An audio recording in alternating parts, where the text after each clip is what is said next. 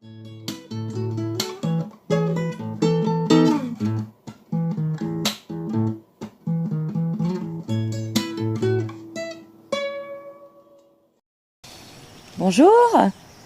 nous reprenons la suite de notre escapade dans l'archipel qui se trouve complètement à l'ouest de l'équateur, où nous avons passé 3 jours et 2 nuits. Cet endroit, ce grand delta, se caractérise par une mangrove très haute. Localement, on dit que c'est la plus haute du monde, on ne l'a pas vérifié, mais on veut bien le croire. Et effectivement, il y a des grandes voûtes d'arbres qui s'enchevêtrent, qui forment comme des couloirs, comme presque un labyrinthe végétal. Et d'ailleurs, la personne qui nous emmenait était un peu réticente à s'aventurer trop loin parce que c'est une zone qui se caractérise par la densité de trafiquants. Une bonne partie des gens qui vivent là-bas, qui vivent du trafic de toutes sortes d'ailleurs, trafic de drogue en particulier, mais trafic aussi d'électroménager, de n'importe quel bien en fait. Et c'est assez d'ailleurs assez sophistiqué parce qu'on nous a raconté que certains fabriquaient même des sous-marins artisanaux pour passer la frontière sous l'eau et ressortir de l'autre côté. Donc, Alors, en fait, on était très très près de la frontière avec la Colombie. Et ces petits sous-marins servent à passer cette frontière. Il n'y a plus d'accès routier à partir d'un certain endroit, tout se fait par voie de mer. Donc c'est un peu le Far West version Équateur. Hein. Et donc la sécurité, elle est un peu variable, on va dire. Nous, on n'a rien vu, bien sûr, on est revenus sains et saufs. Mais c'est vrai qu'en fait, les arbres de la mangrove montent à 30 mètres. Manu l'a dit, ça forme des voûtes. Et il y a plein de petits chemins transversaux que peuvent prendre les trafiquants. Et ils sont très tranquilles. Et nous, à un moment, on a pris à droite et le pilote a dit non, on ne va pas tout droit, ça c'est interdit. Voilà pour l'archipel au sens géographique. Alors on est arrivé à Valdés. Oui, on s'est arrêté à Valdés, donc qui est la capitale, pour la pause déjeuner. C'est une petite ville qui est posée sur l'eau littéralement, puisqu'encore une fois, il n'y a pas d'accès routier, donc on ne peut y arriver que par la mer. On arrive à Valdés, la plus grande île de l'archipel. C'est là qu'il y a toutes les commodités administratives, les soins. 4000 habitants à peu près. La particularité de Valdés, en fait, c'est que pratiquement tous les habitants font plus ou moins partie du trafic de drogue. Ils en vivent directement ou indirectement. On sent bien qu'il y a des commerces de toutes sortes. Par exemple, il y a des commerces de bouche, il y a beaucoup de petits restaurants, il y a beaucoup de petits cafés. Un peu plus loin, on s'est arrêté dans une petite exploitation de noix de coco. Alors, ce qui est marrant, c'est que la barque s'arrête au pied d'une maison. Il faut monter une petite échelle. Et en fait, cette maison, c'est un peu la maison des jeunes. Comme ça, oui, c'est ça, c'est une maison des jeunes. Discothèque. Voilà, ça sert de discothèque où ils viennent faire leur fête le samedi soir. Il faut dire que c'est en relation avec ce qu'on a dit avant, c'est-à-dire qu'il y a plein de palmiers, de cocotiers qui sont en train de mourir. Et donc, ça fait peine à voir parce qu'ils nous ont partagé quelques noix de coco, mais on a l'impression qu'ils n'avaient plus beaucoup. Non, quand même. Les cocotiers qui meurent, ce sont les cocotiers qui servent à faire de l'huile de palme. Or là, l'exploitation qu'on a visitée, ce sont des noix de coco à manger. Enfin, ils ne roulaient pas sur l'or quand même, parce que on a vraiment l'impression que c'était... Ils ne roulaient pas sur l'or, ils n'avaient rien du tout. Parmi les stops qu'on a fait, on a l'impression que c'était là où il y avait le moins d'argent en fait. C'était très pauvre, je pense. Et puisqu'ils essayent de se rabattre sur le commerce du crabe, mais comme étant une nouvelle opportunité économique, mais quand on voit la taille que ça prend, enfin, c'est un peu tristounet parce qu'il y a peut-être une 50aine de crabes, on se dit qu'avec ça, ils vont quand même pas aller très loin. Ils sont très beaux leurs crabes et puis on leur souhaite beaucoup de chance avec leurs crabes, mais c'est quand même, ça reste à toute petite échelle.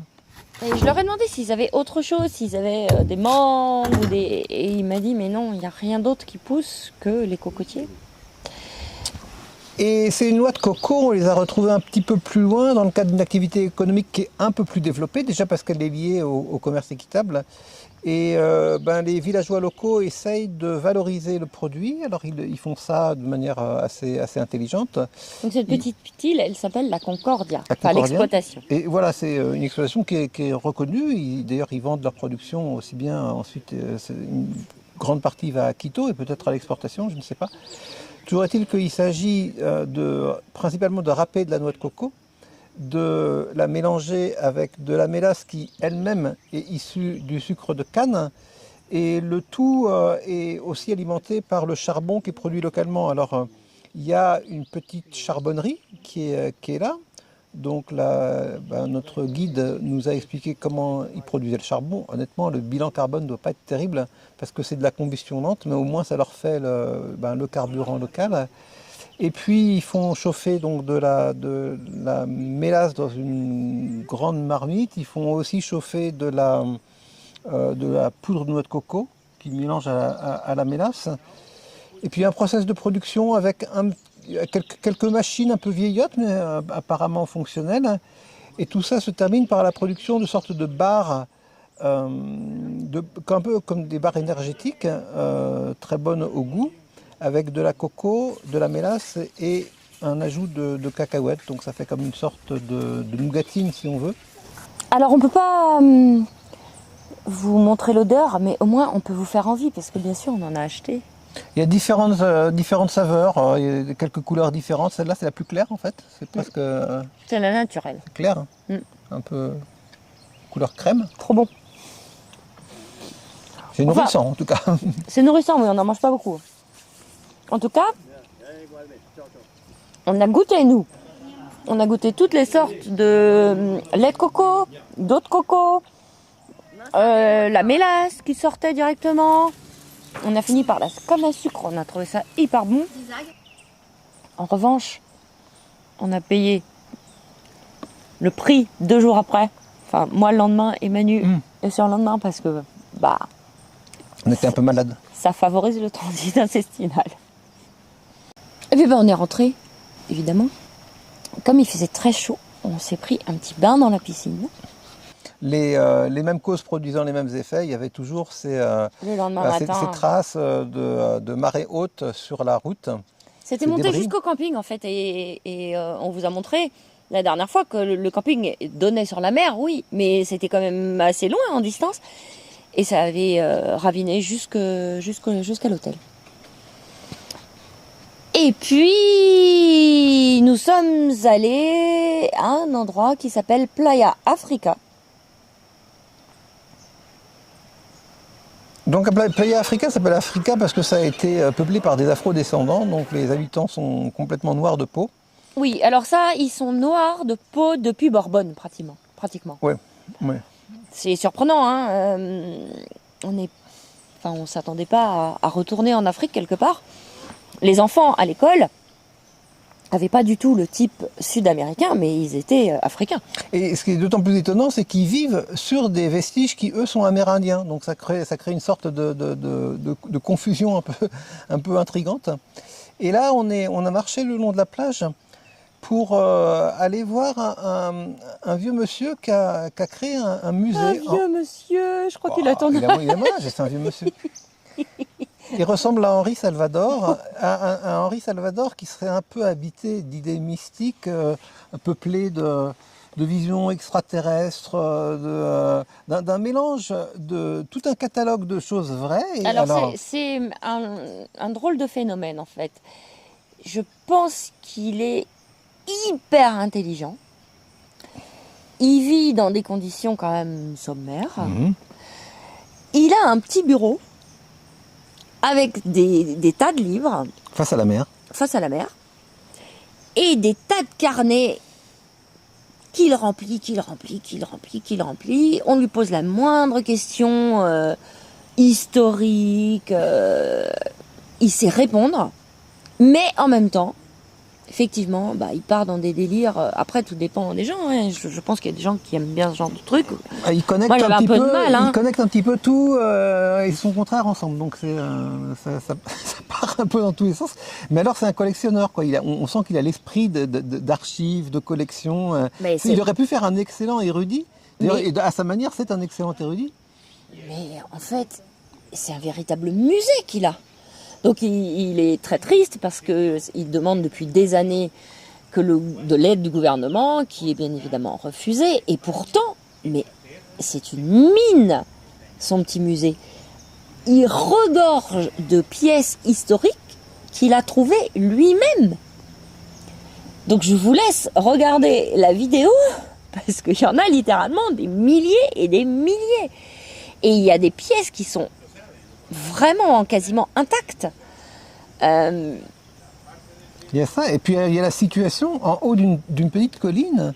Il est presque tout seul, il vit avec sa famille, ou peut-être 2 ou 3 familles, là pas plus, donc il est très isolé. À regarder la mer, comme ça, en haut de sa colline, avec son musée privé. Il habite dans le musée, puisqu'il a son lit, en fait, à l'intérieur, c'est la même grande maison, en fait, qui abrite le musée et ses habitations personnelles. Il a des tas de petites fioles, il reconstitue, je sais pas moi, des huiles, il y a à moitié peut-être bien des bestioles dans de l'huile aussi, enfin, forcément, tout seul là-dedans, parce que c'est pas le nombre de touristes qui viennent le visiter, il tourne un peu en rond. Il tourne un peu en rond et ça finit par monter un peu aussi boulot. Mais bon, c'est un personnage très attachant, très gentil, très désireux de partager ce qu'il sait ou ce qu'il croit savoir. Et là, on a compris que le tour qu'on faisait méritait vraiment le nom de Crazy Hans Tour, parce qu'on était vraiment en dehors des sentiers battus. Oui, parce qu'on a vu, je crois, à Las Peñas, ou à Borbonne, il y avait des offres de tours. Donc j'ai regardé un petit peu ce qui était proposé. Alors c'est un peu dans le même sens que ce que nous on a fait, mais c'est pas aussi poussé. C'est-à-dire que les gens ne vont pas aussi loin dans la mangrove. On était absolument les seuls touristes.